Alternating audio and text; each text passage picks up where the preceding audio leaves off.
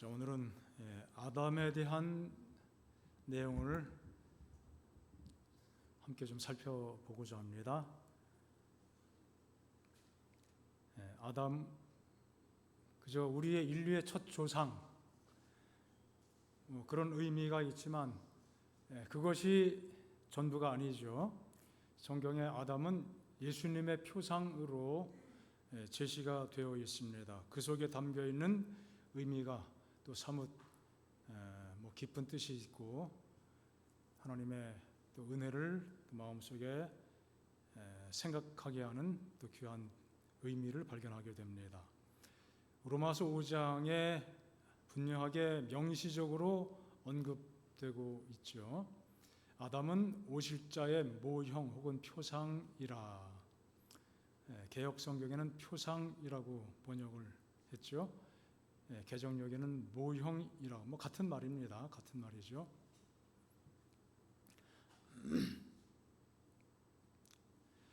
자, 로마서의 내용을, 로마서 5장의 내용 보면은 이런 내용들이 거기에 설명이 되어 있습니다. 믿음으로 의롭게 되었다는 사실이죠. 그래서 그 사실을 기초로 우리가 예수님과 더불어 그리스도로 말미암아 하나님과 화평을 누리자. 화평한 관계, 하나님과 마치 그 원수가 되었다가 그 문제가 해결된 그러한 어떤 이미지를 우리에게 생각하게 하죠. 그 화평이 얼마나 귀하고 또 좋은 것인지. 그래서 믿음으로 서 있는 이 은혜에 들어감을 얻게 되었고, 그로 인하여 하나님의 영광을 바라고 즐거워한다. 하나님 주시는 허락하신 영광을 바라면서 얼마나 또 즐거운 일인지. 자, 그런 즐거움과 화평을 경험한 사람은 어떤 영적으로 계속 성숙해 가고 있다고 말씀하고 있습니다. 환난, 인내, 연단, 소망, 그 소망이 부끄럽게 아니하더라. 자, 그런 말씀이 있은 다음에 우리 구원을 위해서, 죄인의 구원을 위해서 우리를 사랑하시고 십자가에 죽으신 그 그리스도의 그 사역을 언급하죠. 우리가 죄인 되었을 때, 내가 여전히 죄인이지만 그 죄인된 상태에서 우리를 위해서 죽으신 예수님, 그것은 곧 무엇이라고 그랬습니까? 하나님의 사랑에 대한 확실한 증거, 확증이라고 이야기했어요. 하나님이 우리를 사랑하신 것을 어떻게 하냐? 십자가에서 돌아가신 예수님을 보면 안다 이거죠.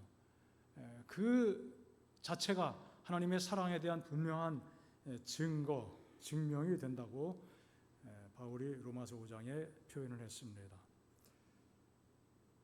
자, 그래서 9절부터 11절에 보면은 하나님의 진노에서 구원받고 하나님과 화목됨에 대한 말씀을 주고, 화목하게 하신 그리스도로 말미암아 하나님 안에서 또 즐거워한다는 그 말씀을 주고 있습니다. 그리고 그 다음에 이어서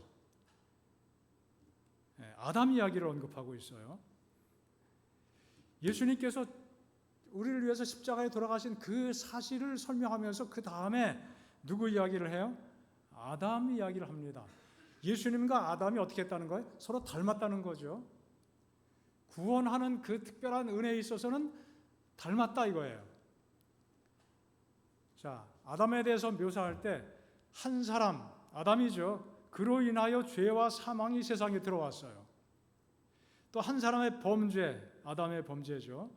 모든 사람에게 사망이 이르게 되었다. 아담이 그 장본인이다 이거죠. 또 한 사람으로 인하여 죄와 사망이 왕노릇하게 되었다. 그래서 한 사람으로 인하여 모두가 다 정죄에 이르게 되었다. 이런 내용들을 언급하고 있습니다. 예수님의 어떤 그 닮은 점이 없죠. 닮은 점이 없어요. 현저하게 대조적인 것입니다. 성경에서 어떤 표상을 이야기할 때는 뭔가 닮은 구석이 있을 때 뭐 요셉 같은 사람, 이 사람이 예수님의 표상이다. 뭐 그런 측면에서 표상을 많이 이야기하는데 아담은 예수님을 닮은 구석이 하나도 없어요. 없어 보입니다. 자, 그러나 닮은 게 있어요. 자, 예수님은 어떤 분이십니까? 한 사람, 예수님의 순종으로 많은 사람이 구원에 이르게 되었다. 많은 사람에게 구원의 은혜가 넘쳤습니다. 아담 한 사람 통해서는 죄와 사망이 오게 되었지만 예수님 그 한 분을 통해서는 그분의 특별히 순종을 통해서 순종하심으로 많은 사람에게 구원의 은혜가 넘치게 되었다고 기록합니다. 또 한 사람으로 말미암아 은혜와 의의 선물을 받은 자가 생명 안에서 왕노릇하게 되었다. 또 한 사람으로 말미암아 의롭다 하심을 얻게 되었다. 한 사람 때문에 죄와 사망이 왕노릇했는데 이제는 한 사람 때문에 우리가 생명 안에서 왕노릇하게 되고 그 한 사람으로 말미암아 의롭다 하심을 얻고 그 한 사람으로 인하여서 영생에 이르게 되었다. 그렇게 말씀하고 있습니다. 너무나 대조적이잖아요. 그리고 고린도전서 15장에도 예수님과 아담을 비유하는 표현이 나오죠. 기록된 바 첫사람 아담은 생명이 되었다. 하나님이 흙으로 사람을 지으시고 생기를 그 코에 불어넣으시니 사람이 무엇이 되었다? 생명이 되었다. 바로 그 말씀이에요. 되었다 함과 같이 마지막 아담은 어떤 영이에요? 살려주는 영. 그 생명이었지만 그 생명이 어떻게 됐어요? 죄를 보면서 죽었습니다. 그래서 마지막 아담, 예수님이죠. 예수님은 다시 살려주는 영이 되었다. 그게 어려운 말씀이 아니죠. 그러나 먼저는 신령한 사람이 아니요 육의 사람이요 그 다음에 신령한 사람이니라. 첫 사람은 땅에서 났고 흙에 속한 자이고 둘째 사람은 하늘에서 났다. 무릇 흙에 속한 자들은 저 흙에 속한 자와 같고 하늘에 속한 자들은 저 하늘에 속한 이와 같다. 우리가 흙에 속한 자의 형상을 입은 것 같이 또 하늘에 속한 이의 형상을 입으리라.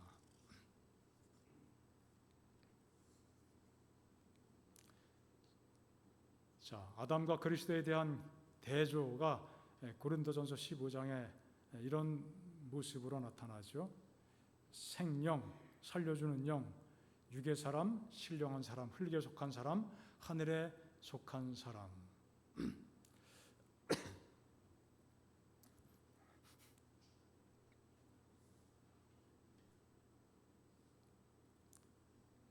자, 아담이 창조되고 하와가 창조될 때 창세기 2장에는 아담의 옆구리에서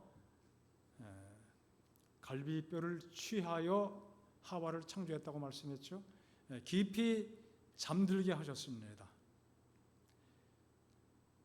그런 면에서 예수님의 표상이 되는 것이죠. 예수님께서 죽으심으로 이 땅에 교회가 탄생하게 됐는데 아담이 깊은 잠을 잤다는 것은 잠자는 것은 또 뭘 의미해요? 죽음이죠. 왜 굳이 아담이 잠을 자야 됐나요? 하나님께서 아담이 잠들지 않게 한 상태에서 그냥 아담을 잠재우신 것은 마취했다는 이야기인가요? 고통을 없애주려고 그렇게 잠들게 하신 건가요?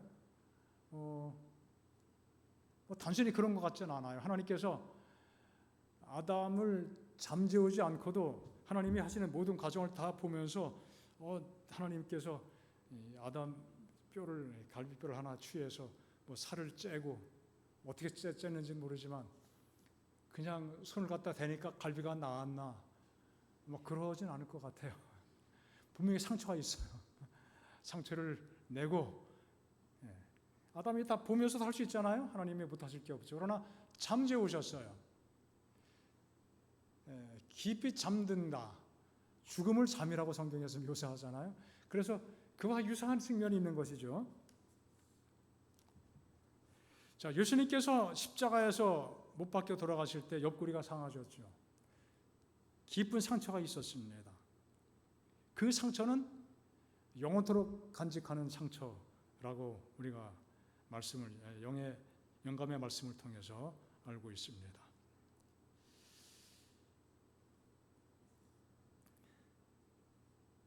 십자가의 죽음을 통해서 정말 교회가 탄생된 것처럼 아담이 잠든 다음에 그의 아내 신부가 탄생하게 되죠. 아담이 하와를 보고 이는 내 뼈 중에 뼈요 살 중에 살이라고 외쳤던 것처럼 예수님에게 있어서 이 교회는 뭐예요? 정말 살 중에 살이고 뼈 중에 뼈예요. 내 뼈와 살을 통해서, 내 죽음을 통해서, 그 아픔을 통해서 교회가 탄생됐기 때문에 교회는 바로 예수님에게 정말 뼈 중에 뼈요 살 중에 살이 된 것이죠. 우리 하나님의 자녀들이 이처럼 놀라울 정도로 하나님의 사랑의 대상이라는 사실이 얼마나 정말 감격스러운 일인지 모릅니다. 대충 사랑하다가 식어버리는 인간적인 사랑이 아니라 절대적인 사랑, 무조건적인 사랑, 목숨까지 내어주는 그 사랑, 바로 우리 예수님께서 그런 분이시고 또 그분이 우리의 신랑이라고 성경이 묘사하고 있죠. 자, 이런 사랑이 우리에게 부어진 바 되었다고 말씀했습니다. 얼마나 그 사랑받음이 행복하고 감사합니까? 그 사랑을 확신하게 될 때 마음이 든든하고 뿌듯하게 되는 것이죠. 이 땅을 살면서 내가 어떤 사람들에게 그렇게 인정받지 못할지라도 또 세상의 소유가 넉넉하지 못하고 또 세상살이가 넉넉하지 않고 불편한 것들이 많이 있을지라도 하나님의 사랑, 하나님의 인정받음을 마음속에 확신하게 되면은 모든 불편한 것들로부터 오는 불평이 사라지고 불안도 사라지게 됩니다.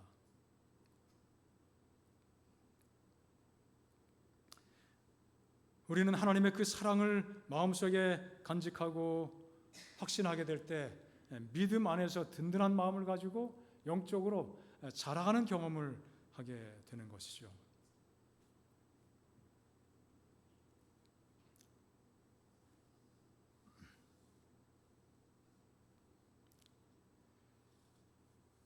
자, 그래서 예수님의 십자가의 은혜와 또 아담과 하와의 탄생, 이것은 굉장히 중요하게 연결이 되어 있는 것이잖아요.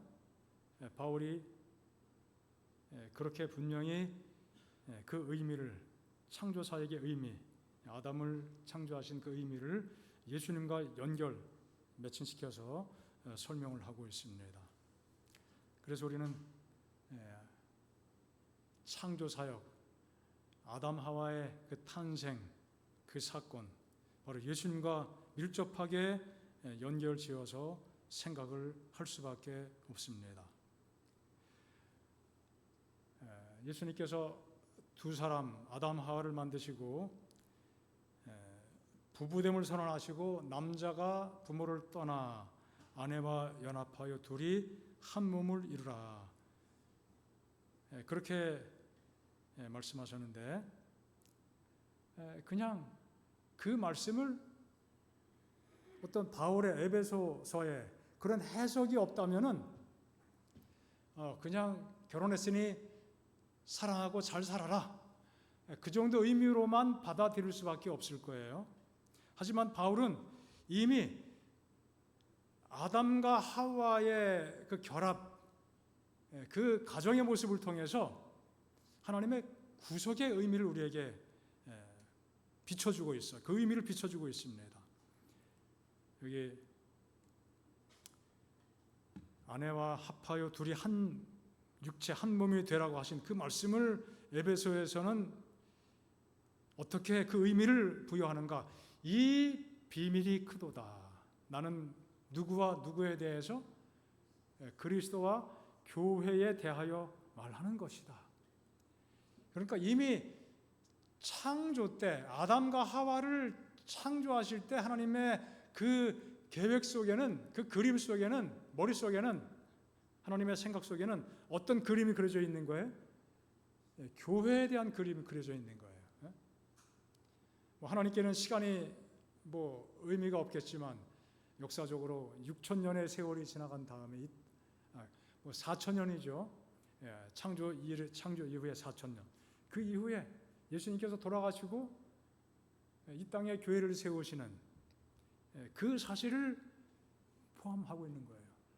그러니까 언젠가도 말씀드린 것 같은데 하나님께서는 가정에 뭘 세워주신 거예요? 가정의 중심에 십자가를 세워주신 거예요. 그 사실이 이미 창조 때부터 있었던 건데 우리는 정말 감사하게도 바울의 이 영감의 해석 혹은 계시를 통한 깨달음이겠죠. 그걸 통해서 이 말씀을 볼 때 그 의미가 얼마나 놀라운 것인지를 또 생각할 수 있게 되고 말씀의 의미의 그 풍요로움을 느끼게 됩니다. 아담 하와의 관계는 그리스도와 교회 사이의 큰 비밀에 대한 것이라고 그랬어요. 이 비밀이 어떻다? 크도다. 얼마나 놀라운 비밀이냐? 하와에 대한 아담의 사랑은 교회에 대한 그리스도의 사랑에 대한 하나의 표상, 예표라고 강조하고 있는 것입니다. 남자가 부모를 떠나서 아내와 연합하여 둘이 한 몸을 이루라. 그렇게 선포하셨을 때 그리스도께서, 신랑인 그리스도께서, 남편인 그리스도께서 신부인 교회와 합하기 위하여 누굴 떠나신 거예요? 아버지를 떠나신 거예요. 남자가 부모를 떠나 아내와 합하여 한 몸을 이루라. 아담, 둘째 아담, 마지막 아담, 그 아담이 아버지를 떠났어요. 부모를 떠났어요. 그래서 어떻게 해요? 교회랑 어떻게 한 겁니까? 한 몸이 된 거예요. 자, 그런 의미들이 창세기에 담겨 있었고 우리는 신약 성경을 통해서 특별히 사도 바울의 기별을 통해서 그 사실을 깨닫게 되죠. 바울은 이 사실을 깨닫고 이것이야말로 무엇이다? 큰 비밀이다. 우리는 비밀을 알고 있는 사람이에요. 아주 특급 비밀에 접근할 수 있는 권한을 받은 사람들이에요. 이 비밀을 취급하는 정보기관들이 있잖아요. 1급 비밀, 2급 비밀, 3급 비밀 다 있어요. 급수가 다 있습니다. 3급 비밀을 접할 수 있는 사람들은 많이 있습니다. 그러나 2급 비밀을 접할 수 있는 사람은 또 상당히 적어요. 그리고 1급 비밀 접할 수 있는 사람은 정말 아주 소수의 몇 사람이에요. 하나님의 구원은 이건 굉장한 비밀입니다. 미스테리이고 굉장한 것입니다. 이 놀라운 사랑의 비밀을 우리에게 깨우쳐 주신 하나님께 정말 감사합니다. 이것을 깨닫게 될 때 우리는 마음속에 화평함을 누리게 되고 하나님과 화목하고 있음을 또 깨달으면서 하나님의 은혜 안으로 들어가는 그 놀라운 경험을 하게 됩니다. 그래서 성경이 말한 것처럼 하나님의 영광을 바라보고 즐거워한다는 것이죠. 하나님 안에서 기쁨을 누리게 되는 것입니다.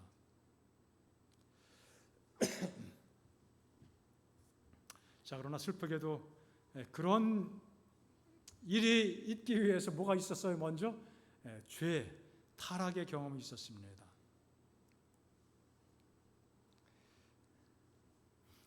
자, 아담이 범죄했고 하와가 범죄했는데요. 하와가 먼저 범죄했죠. 자, 디모데전서에 보면은 아담이 선악과를 먼저 따먹지 않고 하와가 먼저 선악과를 따먹었음을 이야기하고 있습니다. 아담이 속은 것이 아니고 누가 속았다고요? 하와 여자가 속아서 이 땅에 죄가 들어오고 인류가 죄 가운데 빠져들게 되었습니다.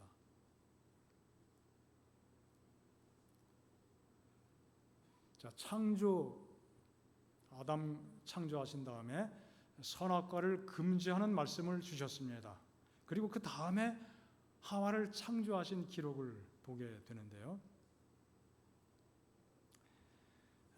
하와는 아마 이 순서를 통해서 볼 때, 유추해 볼 때 선악과 먹지 말라고 한 그 이야기를 하나님께로부터 물론 들을 수도 있겠지만 어쩌면 아담으로부터 먼저 들었을지도 모르죠. 아담을 통해서 들었을 거예요. 그럴 가능성이 아주 높아 보입니다.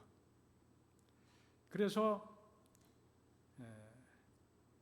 마귀가 하와에게 접근하는 것이 더 확률적으로 높다. 그런 판단으로 아마 하와에게 접근하지 않았을까? 그렇게 추측할 수 있습니다. 자, 그런데 아담의 범죄와 하와의 범죄는 좀 차이가 있습니다. 디모데전서 2장 14절에 말씀한 것처럼 아담이 속은 것이 아니고 여자가 속았다고 그랬어요. 아담은 속아서 먹은 게 아니에요. 여자는 속아서 먹었지만 아담은 어떻게 해요? 안 속았어요. 선악과를 먹으면 어떻게 될 건지를 알았지만 스스로 선택한 거예요. 왜 그랬어요? 하와를 끔찍이도 사랑했어요. 하와를 엄청나게 사랑해서 아담 하와가 창조된 지 얼마가 지난 다음에 선악과를 따먹게 됐는지 모르지만 우리가 일단 성경의 흐름을 통해서 볼 때 뭐 시간이 오래 갔을 것 같지는 않잖아요. 되게 우리가 그렇게 이야기하는데 그 짧은 그 세월 동안에 그 사랑이 얼마나 무르익어 갔는지 하와 없이는 살지 못할 것 같다 이거예요.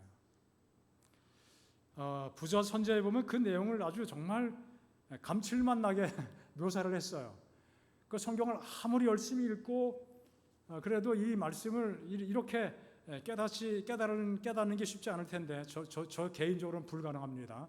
제가 아무리 성경을 읽고 묵상을 해도 이런 내용을 마음속에서 묵상하고 이거구나 그렇게 할 수 없을 텐데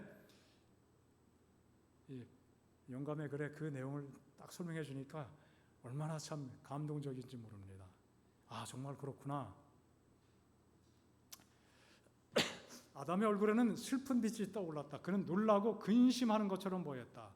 하와의 말을 듣고 그는 그것이 그들이 경고를 받아왔던 원수임에 틀림없고 하나님의 선고대로 그 여자는 죽을 것이라고 대답했다. 그 말에 그 여자는 그들이 결코 죽지 아니하리라는 뱀의 말을 반복하면서 그에게 먹도록 어떻게 했다? 재촉했다고 그래. 그런가? 어떡하지? 그런 게 아니에요. 절대 그럴 리 없어. 이거 먹으면 정말 눈도 밝아지고 하나님처럼 된다는데 왜 안 먹어? 안 먹으면 손해인데 빨리 먹으라고. 그렇게 재촉을 했다는 것이죠. 아직까지 그 여자는 하나님께서 불쾌히 여기시는 아무런 증거도 느끼지 못했고 오히려 하늘의 사자들을 고무시키는 그런 새로운 생기로 모든 기능들에 감동을 주는 상쾌하고 마치 마약에 취한 것처럼 그런 것 같아요. 기분 좋은 감각을 느끼게 되었고 그래서 뱀의 말이 이건 진짜야. 마귀인데도 불구하고 그걸 모르고 진짜라고 믿고 그렇게 말했습니다. 아담은 그의 반려자 하나님의 명령을 어기었다는 것, 그들에게 충성과 사랑의 시금석으로 부과된 단 하나의 금령을 무시하였다는 것을 깨달았다. 그의 심중에는 무서운 투쟁. 이거 어떡하지? 하와가 죽을 텐데 혼자 죽게 내버려 둘까? 같이 죽어버릴까? 그래서 하와는 타살이고요. 아담은 뭐예요? 자살했어요. 스스로 선택한 거예요. 그가 하와로 하여금 그의 곁을 떠나 방황하게 허락한 것을 슬퍼했다. 그러나 이제는 이미 엎질러진 물이었다. 그는 그렇게 큰 기쁨으로 교제하던 그 여자와 헤어지지 않으면 안 되었다. 울상이 되는 겁니다. 그가 어떻게 그렇게 할 수 있을까? 뭐 그대 없이는 못 살아. 그 심정이죠. 아담은 하나님과 거룩한 천사들로 더불어 교제하는 기쁨을 누렸었다. 그는 창조주의 영광을 바라보았었다. 그는 인류가 하나님께 충성되기만 한다면 그들 앞에 열릴 고귀한 운명을 깨닫고 있었다. 그들 앞에 펼쳐질 더 높고 더 고상하고 더 큰 기쁨, 그것이 있을 것을 깨닫고 있었는데, 그러나 이 모든 축복들은 그의 눈에 다른 모든 것을 능가하는 것처럼 보인 한 선물, 하나님께서 그에게 주신 놀라운 복들이 있었는데 그것보다 훨씬 더 값진 복 중의 복 누구예요? 하와. 이거 잃어버리면 모든 걸 다 잃어버린 것이 될 것 같아요. 온 세상을 다 가져도 하와랑 같이 못 살면은 이게 의미가 없어 보이고 완전히 왜 사람들이 이렇게 연애할 때 그냥 눈이 멀어가지고 그런지 아세요? 하와 아담의 유전자 때문에 그래요. 뭐 엄마도 부모도 안 보이고 누가 뭐라 그러다 그냥 절대 말 안 듣잖아요. 바로 이런 것입니다. 아담이 그렇게 사랑에 빠졌어요. 보세요. 창조주께 대한 사랑, 감사, 충성, 이 모든 것들이 어떻게 해요? 하와에 대한 사랑에 눌려서 버렸어요. 하나님에 대한 감사와 사랑마저도 하와의 사랑을 능가하지 못하는 것으로 하와에 대한 사랑이 최고였어요. 자신의 한 부분이었고, 그러므로 그는 이별한다는 생각만 해도 어떻게 해요? 견딜 수 없었다.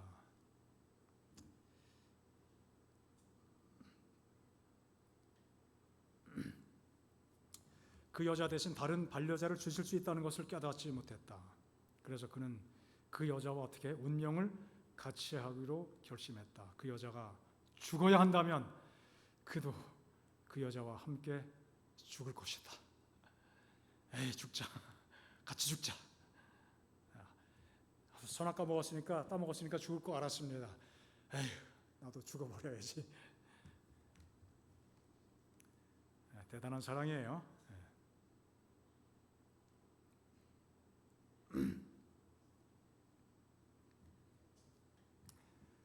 자, 그래서 어떻게 했다고요? 그는 담대히 그 결과를 무릅쓰려고 결심하였다. 그는 그 과실을 쥐고 어떻게 했어요? 급히 먹었다. 이게 맛이 있는 것이 없는 건지 그냥 그 상황 묘사가 정말 너무 감동적이지 않나요? 저는 이 말씀 읽으면서 야, 참 재밌다.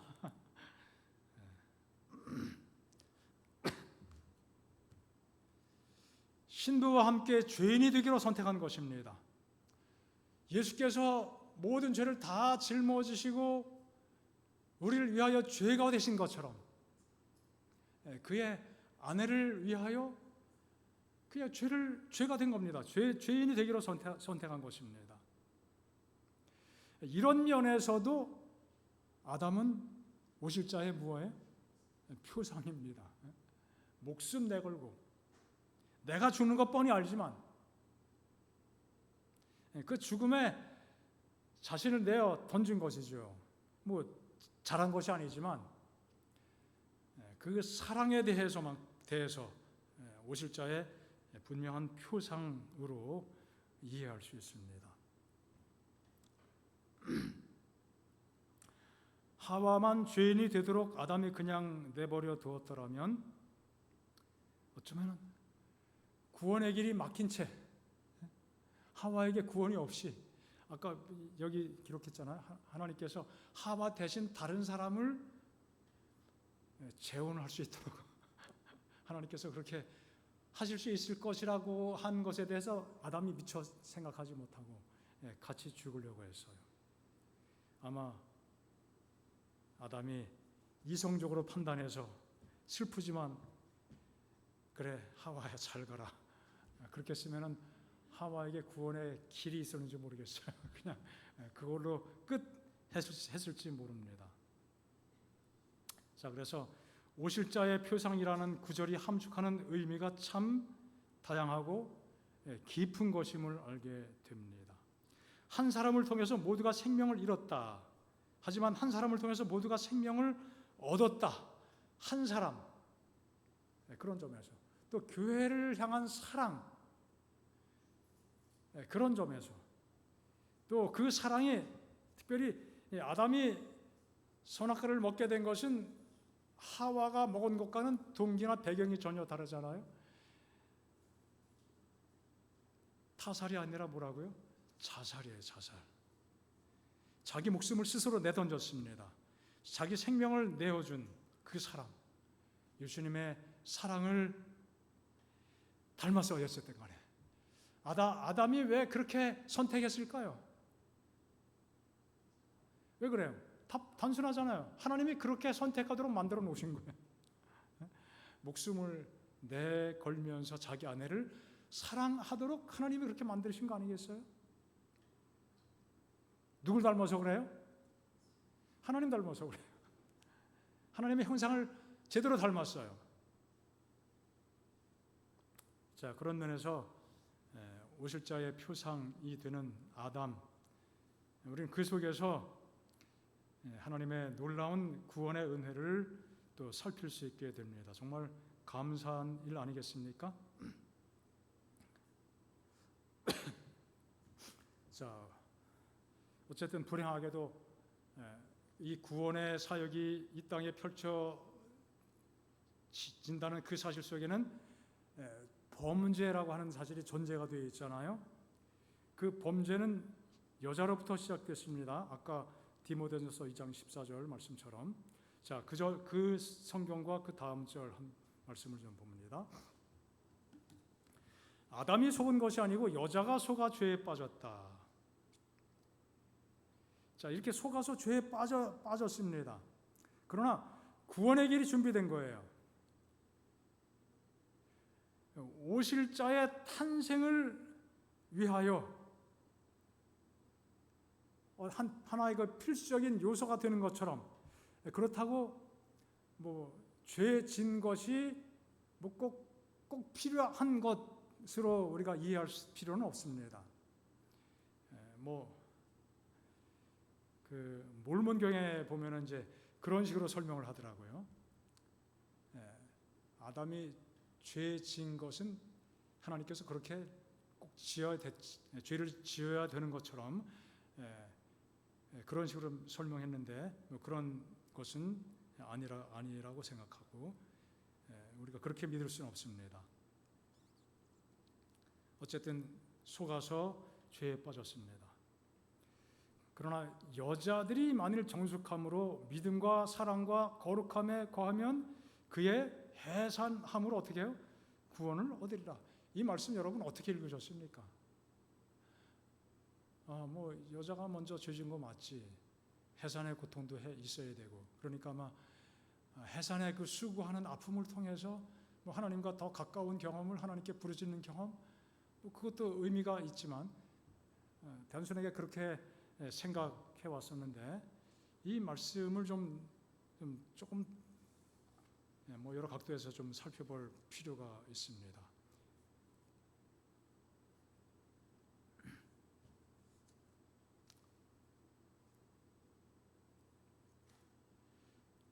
자, 디모데전서의 내용, 특별히 2장에 보면은 어떤 내용들이 있는가, 그 전후 문맥을 좀 살펴보기를 원합니다. 교회 안에서의 여성의 어떤 몸가짐에 대해서 설명을 합니다.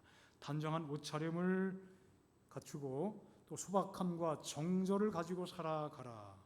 그리고 그런 어떤 개인적인 덕성과 더불어서 가르치는 것과 남자를 주관하는 것을 허락하지 않는다.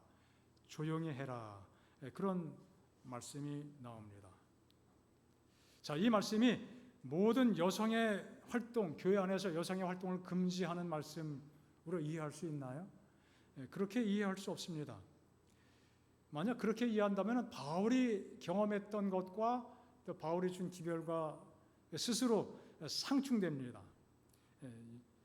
바울이 기록한 서신들에 보면은 여성들의 이름이 종종 나타나죠. 브리스가, 유오디아, 순두계, 이 초대교회에서 역할을 많이 했던 그 자주장사 루디아, 그런 분들, 훌륭한 분들이 많이 있었죠. 여성들의 활동에 대해서 바울이 높이 평가하고 아주 매우 긍정적으로 받아들입니다. 그런 바울이 여성 활동을 금지하는 것으로 기별을 정리했을까? 서로 충돌되는 일이 되죠. 자, 이런 기별들은 여기 고린도서에 보면은 이 고린도 교회에도 여성들에 대한 기별이 있는데 광적인 흥분 상태에서 교회를 소란스럽게 하고 어지럽게 하는 많은 일들이 있었고, 그럴 때 그런 사람들, 특별히 그런 여성들을 향하여 잠잠하라고 기별을 주었던 것처럼 이 디모데에게 기별을 주었을 때도 나름대로 그 상황 속에서 어떤 이렇게 기별을 줘야 될 그 배경이 있을 거예요. 구체적으로 정확하게 무엇인지는 설명되지 않았으니까 모르겠지만 아마 특정한 상황이 있었을 것이다. 그것이 하나의 중요한 성경 이해의 관점입니다. 자, 그런 말씀을 쭉 주면서 교회 안에서 여성들이 어떤 태도를 가지고 또 남성과 어떤 관계를 유지하면서 맺고 살 것인가, 그러면서 그 다음에 이제 이 14절 15절의 말씀이 주어진 것입니다. 자, 그 흐름을 통해서 볼 때 어떤 의미가 보입니까?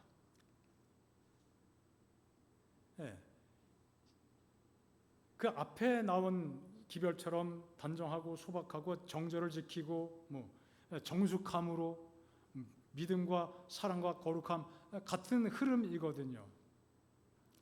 자, 그러면서 어떻게 보면 명료하게 딱 그렇게 설명한 것처럼 보이진 않지만은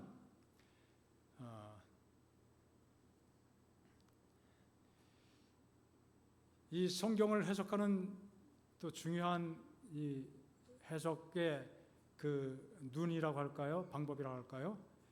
해산함으로 구원받는다는 것은 결국 무엇을 의미하는가 하면은 하나님께서 하와에게 범죄한 다음에 해산에 관련된 말씀을 주셨잖아요.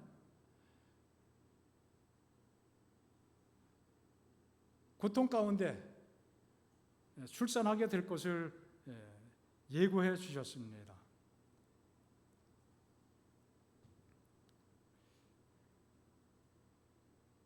자, 해산함으로 구원을 얻게 된다. 이 해산은 뭐예요? 여기 보니까 여자들 그렇게 말씀되어 있는데요. 15절에 여자들이 어떤 성경에는 단수로 표현하게 되어 있고, 그 단수로 표현했을 때, 그리고 또 복수로 표현했을 때도 있습니다. 여자들. 자, 우리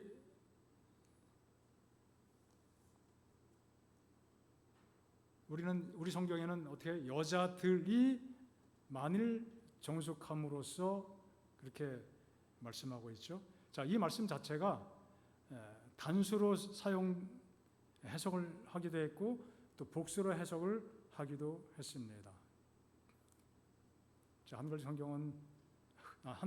흠정력은 단수로 설명했고, 개역 성경 개정력은 여자들이라고 명시했고, NIV 성경 영어 성경이죠. 단수로 이야기할 때는 누구예요? 하와를 의미할 수 있죠. 그 다음에 여자들 하면은 또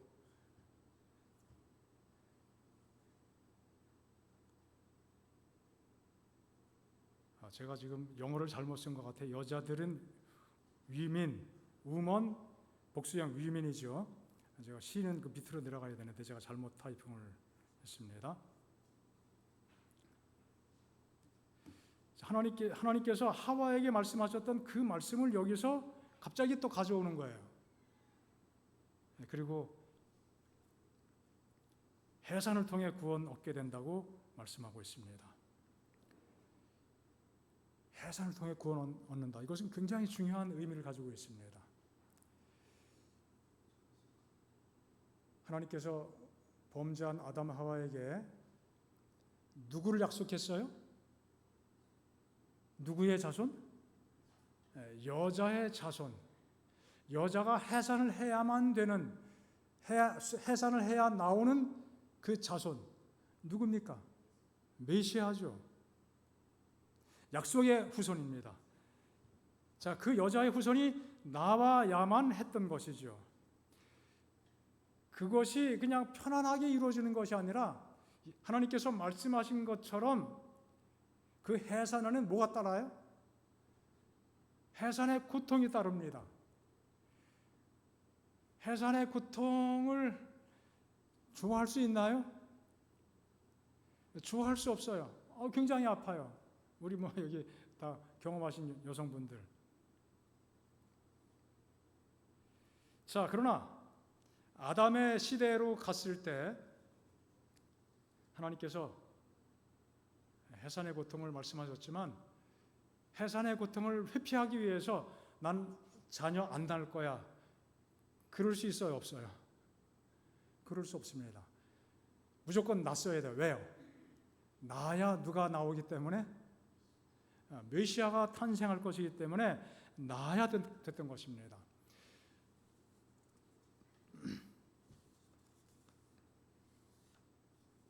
자, 그래서 해산함으로 구원을 얻으리라고 했던 것은 여성들의 어떤 그 믿음의 영적 경험, 태도, 그런 것을 의미하는 것도 포함되지만 그보다 더 근본적으로 중요한 것은 무엇입니까? 하나님의 약속에 대한 말씀이에요. 해산함으로 구원을 얻게 된다. 큰 고통이 따르지만 그 해산의 수고는 믿음의 결단입니다. 믿음으로 나아야 됐던 것이죠. 자, 그런 의미에서 메시아에 관련된 중요한 성경 해석이죠. 해산의 수고에 대한 중요한 해석적 관점이 디모데전서 2장 15절에 담겨 있는 것입니다. 자, 그리고 그 구원은 누구에게나 믿는 자에게 동일하게 주어지죠. 비록 여자가 죄를 가져오는데 물꼬를 텄지만 구원을 받는 데 있어서는 남성보다 불리한 것이 전혀 없이 동일하게 은혜로 구원을 얻게 되는 것입니다.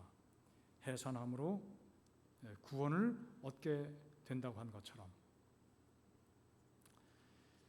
하와는 약속의 자손 하나의 후손을 가져야만 했습니다. 낳아야만 했습니다. 그 자녀를 낳기 위해서는 무엇보다 필요한 것이 뭐예요? 아담의 절대적인 사랑이죠. 그 사랑에 관계없이는 후손을 낳는 것이 가능할 수 없습니다. 자, 더 크게 봐서 그 사랑은 하나님의 사랑, 예수님의 사랑이죠.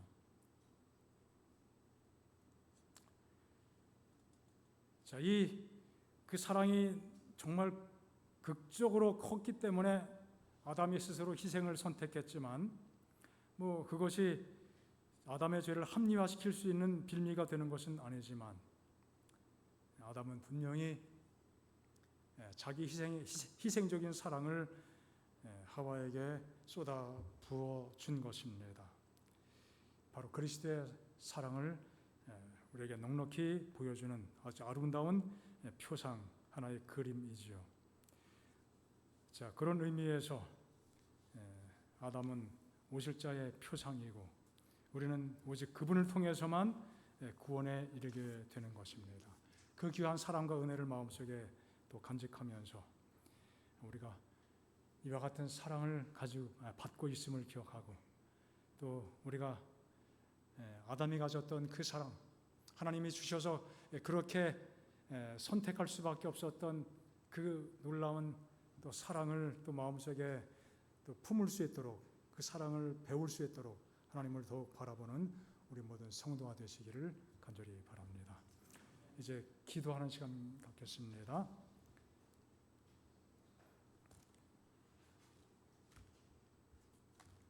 여러분들이 지금 육신의 고통